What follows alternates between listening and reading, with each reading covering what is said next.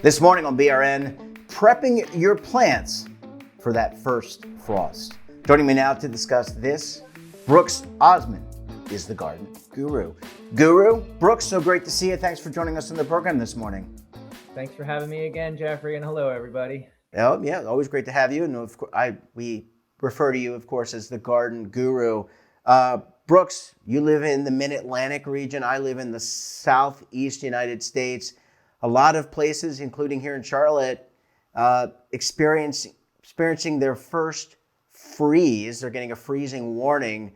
What kind of damage? Let's talk about that freeze warning. What kind of damage can frozen temperatures do to a garden, to your lawn, etc.?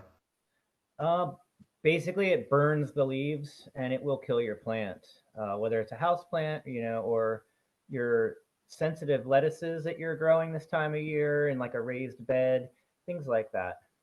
And how do you protect? I know you were talking about your father has a vegetable garden, and he still has a vegetable garden, I think, through the fall. How do you protect your plants, your garden, for that first freeze? So he has a raised bed, and I watched him the other day just basically put a piece of not clear plastic, but like a white plastic over top of his raised bed. And that's all the protection you really need, because it'll create that greenhouse effect. When the sun hits the plastic, it'll heat it up. It's just keeping it from the wind and the cold. Actually, when it's less wind, it's colder temperatures because you have that radiational cooling. So it protects your leaves from freezer burn, basically. And with outdoor plants, I think last time we had you on, we talked about thinking about bringing those outdoor plants inside. You probably want to do that before you get the first freeze, or can you wait until after the first freeze? No, don't wait. My rule of thumb is tropical plants under 45 degrees, and all your other plants under 39 degrees is too low. That's what I do. Okay, and there is something called Indian summer. I don't even know if I was joking with you, halfway joking. I'm not even sure we're allowed to say that anymore in today's world. But what is Indian summer, and how do you plan for it in terms of your garden? Sure. Well, I don't think they've come up with another name for it, but it's basically your first free. It's a nice warm stretch of weather after your first frost or freeze. And that's And what we have right now in the Mid-Atlantic. I'm in Zone 7A on the Maryland-Pennsylvania line, and it is actually we're Zone 6B. Sorry, I just moved. And yeah, we're having a really nice stretch of weather, and we just had our first frost last night. now, can that shift from very cold weather, and here in Charlotte, it's been 50 degrees every morning, so it is getting colder here, maybe a little bit different temperature ranges here in the Southeast versus the Mid-Atlantic and the Northeast, and of course, other parts of the country.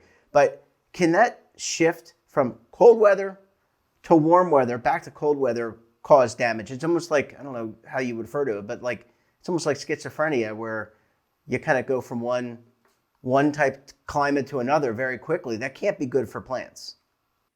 It could, I guess, it could confuse some plants, but they're used to that. Plants are pretty resilient, but you just have to know to protect your plants if it gets down below a certain temperature for whichever plant that you have, basically. Okay, and let's talk about, so let's assume that it's going to continue to get colder, which it will in a lot of parts of the United States as the Earth rotates around the sun. It does that little thing called rotation, 365 days a year, as far as we can tell. But how do you think about planting for the fall? So November is here in the Mid-Atlantic. They used to be back in the 70s and 80s. They used to be really cold, Mm-hmm.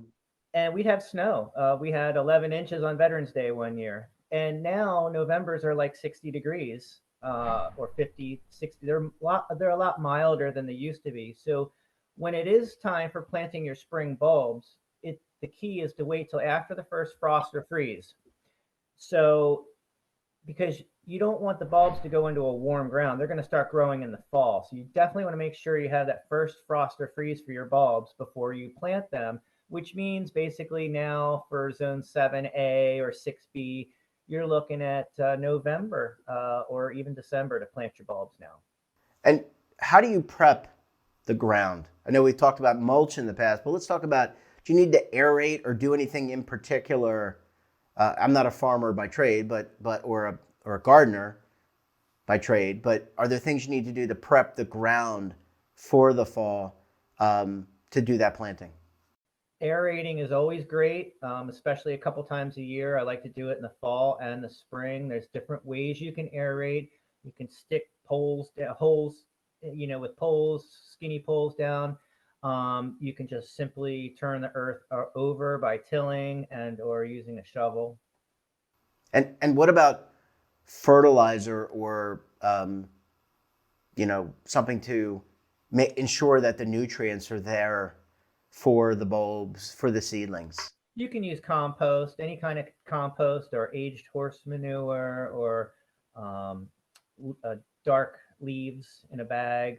Maryland sells a certain type of bag called Leaf Grow. It's really rich, full of nitrates and nutrients, and you can add that for sure to your ground. Yep. And in terms of our insect friends, because insects, as you talked about in the past, they're very important. Our bees, our butterflies, our all sorts of insects. I'm not going to name them all, but how do you now? Obviously, they're probably in the ground somewhere. They're not there, or they've gone somewhere. But how do you protect against those critters to ensure that they're not eating the seeds, they're not eating, or other critters, they're not eating the seeds or causing damage or future damage to your plants? Well, that's a loaded question because there's so many different answers depending on the insects. Right, But that's I true. have ants in the house right now. They come Right. in. They come in on the soil. The ants will come in.